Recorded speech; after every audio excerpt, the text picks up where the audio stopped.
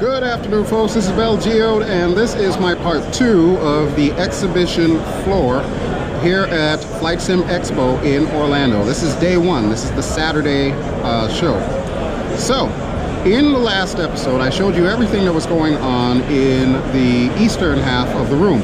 I am now on the western half of the room, and I'm going to do the same thing that I did in the last video and basically go around, and occasionally we'll talk to some of the people that are there. But we'll just kind of check out everything that is available to be seen here at FlightSimExpo. So, without further ado, we'll get back to the guided tour and take off from there. Okay, so we're going to start off on this corner of the room with Thrustmaster. Just about everybody who is watching this video is probably very familiar with Thrustmaster and the gear that they make. It is all on display here today. So you can sit down and you can try their headphones, you can try their rudder pedals, their Thrustmaster Warthog, and you can even try the new Hornet stick that is also being demoed by Matt Wagner from DCS. Yes, he's even here too. How many years have I been trying to get DCS to show up, and finally Matt Wagner shows up, only with Thrustmaster. But I'm really glad that they're here, and I'm really glad that they have all of their equipment there so you can get a real size comparison. You can check everything out and make sure that it's going to work for your system. And of course, they've got DCS on display. Not surprised. Not surprised. It's the F-18 Hornet. Okay, so we're going to move this way, and we're going to do like we did before. We're going to snake through all of the various displays. So we have Stay Level Avionics, again, another hardware manufacturer. And they've got the full setups there. You can customize however you would like. You can choose analog, or you can choose like a G1000, a digital panel, and so on and so forth. And then we've got Real Sim Gear. Now, they do things slightly different. If you notice over here, let me see if I can get the camera in. The GPS systems that you're seeing there are pretty much exact replicas of what the real thing looks like. So this G1000 that we're looking at here, this is pretty much the, I guess you would say, the hard copy version of what we normally use in our flight sims. But this is closer to the real deal. The only thing that might be a little bit more realistic than that would be to actually be in an aircraft that has a G1000. Okay, so we're going to move right along. We've got Serial Bytes, breathe new life into avionics. And now one of the things that they're doing differently is they've actually got the boards. If you look at that, that gentleman just took out the unit there. Let's kind of sneak in and take a look. The guy just came by with a video from an A320 MC that he said they're able to send Air 429 directly to it. So we'd have to find out. But a buddy of mine that's got his 767, no, his is 75. He's got his working. It's beautiful. And he's got his display units working. And if I remember correctly, he had to use symbol generators. Okay. Yeah, he's got out of Italy. His work is like insane. So yeah, that is an actual CDU that they are using. That's one of the things that they build, and one of the things that they will sell you if you are planning on putting together like a full commercial aviation cockpit. And it looks like it's very specific for the aircraft. So there we go. And they're using Flight Simulator X, one of the few people that I've seen here so far that's actually using FSX. Now this would appear to be Aerofly FS2 that's being shown here, but I'm not quite sure what exactly Positive Control Network is. I've seen them around, like we can see on the monitor here.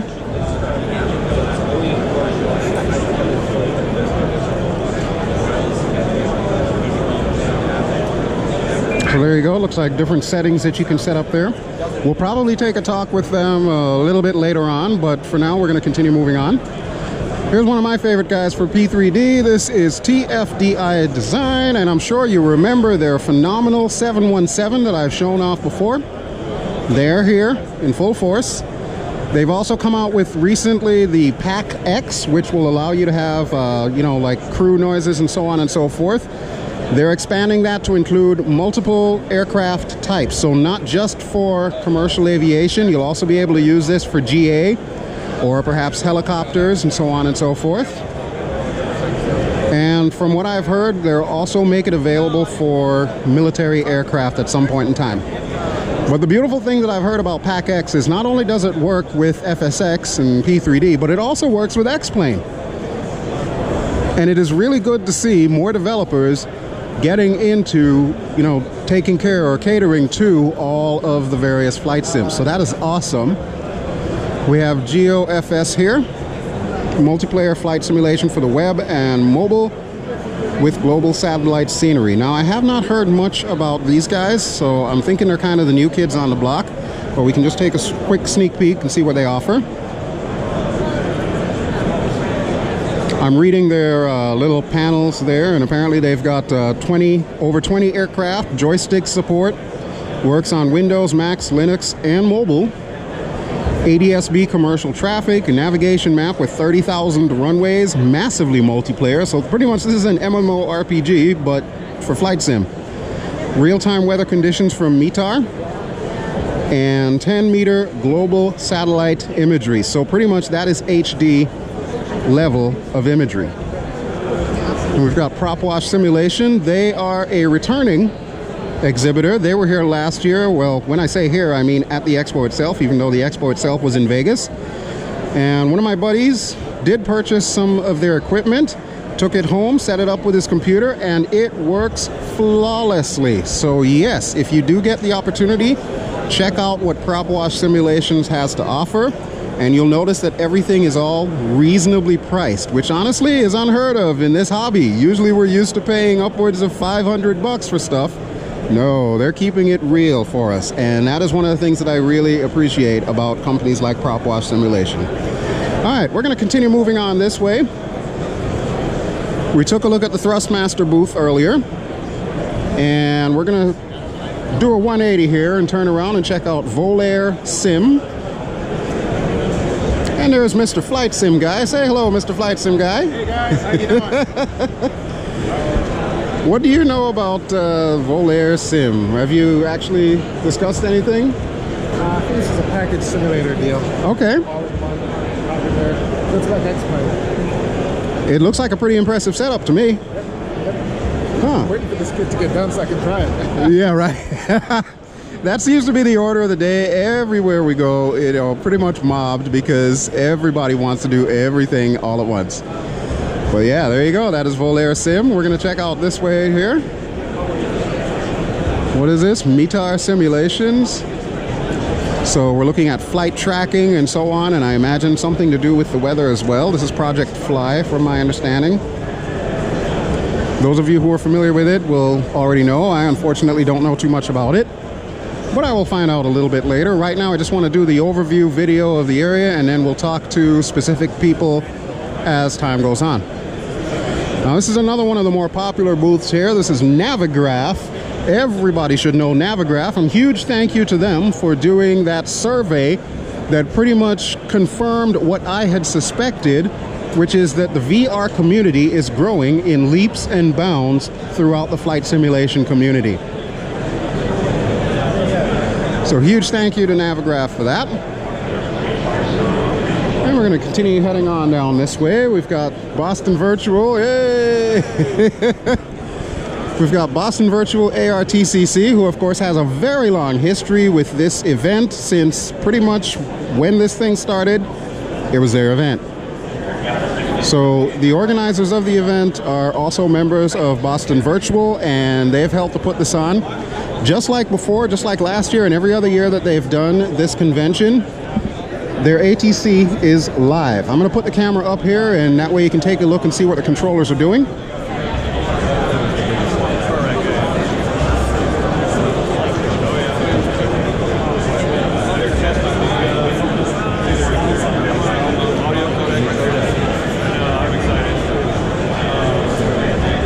So you can see they're monitoring everything that is going on here in the virtual version of where we are right now.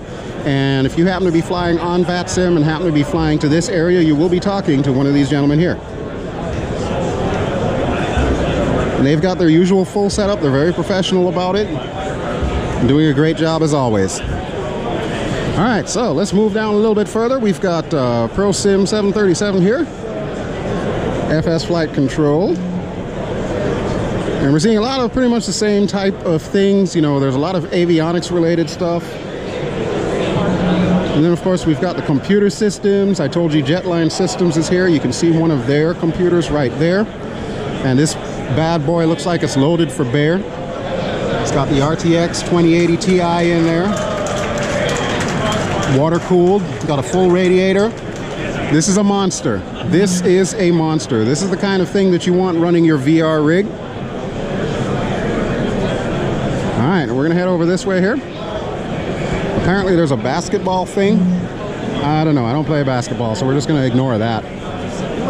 So yes, coming back around, this is of course Hi-Fi Simulations, the makers of Active Sky, and they're demonstrating Active Sky 16 with cloud art. Of course, Active Sky is now available for X-Plane as well, and I'm extremely grateful for that. From my understanding, they're still working on the clouds to try and bring the clouds more in line to what we're used to seeing in P3D and FSX. But I'm really appreciative that they are currently available. So yes, they are here in full attendance, and of course, as you can see, they're also using VR. And we've got some more VATSIM stuff going on here. Pretty much their controllers are all over the place. And I'm actually going to swap back and forth sides here. So we've got VATtastic, Looking Glass into VATSIM. So basically you can see every single VATSIM flight that's going on right now, or at any point in time, by using VATtastic. There we go. And we've got the National Air Traffic Controllers Association. So I'm getting that pretty much this section of the exhibit hall is the ATC section. Cardinal Horizon, again, similar type of thing. And you can see some more of the Boston Virtual ARTC, which is of course a part of VATSIM. And this is where we are.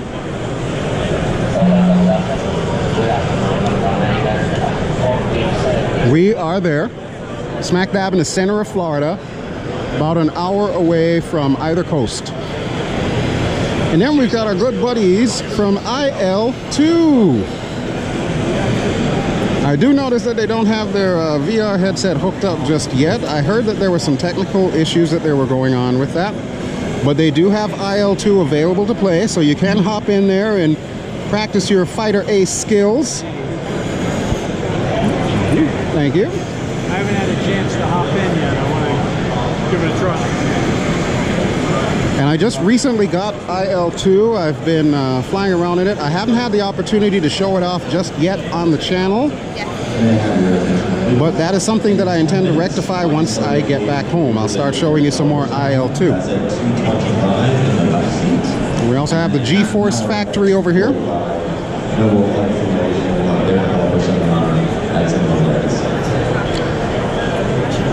Now, according to some of the folks that I've spoken with, the ME262 is what we're looking at there. That is one of the things that they're showing off this year with IL2, so that will be available to be flown. And they're currently using Thrustmaster gear with that, and a Geforce looks like a motion seat. That's pretty awesome stuff right there. So yeah, once again, IL2 is wowing people at FlightSimExpo, just like they did last year. On this side, we've got Quality Wings. Everyone should be very familiar with Quality Wings, maker of fine commercial aircraft everywhere. And of course, they also have a Jetline Systems computer powering their massive behemoths. Everyone's coming in and flying. One thing I will mention, when we saw the X-Plane display earlier, currently, Laminar Research is having a landing competition. Yes, I know, rate my landing type of thing. But they plan on having basically like a finals or a showdown tomorrow where you can compete for, you know, whatever the prizes are going to be. I don't actually know because honestly, I'm not really interested in testing my landing skills in a 737. But that is something that they've got set up. All right, so we've got AVT Simulation Training Center. So this is another way to transfer those skills into real life. I'm sorry. It's okay. We have Simionic over here. And again, we've got those lovely panels where everything's modeled.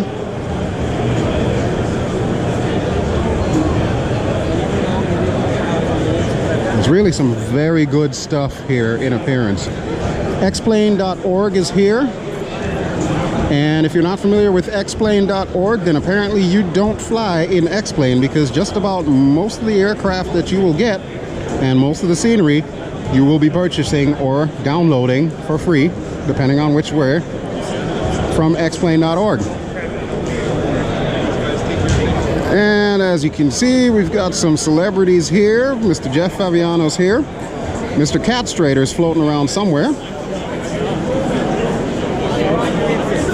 And yes, they are entertaining the audiences, doing the work for us, and representing xplane.org. xplane.org is in full attendance. And then we have MILVIS, Military Visualizations. And I have to say, MILVIS, for all the interesting stuff that's happened over the last few weeks and whatnot, MILVIS still remains one of my absolute favorite companies. I love the stuff that they do.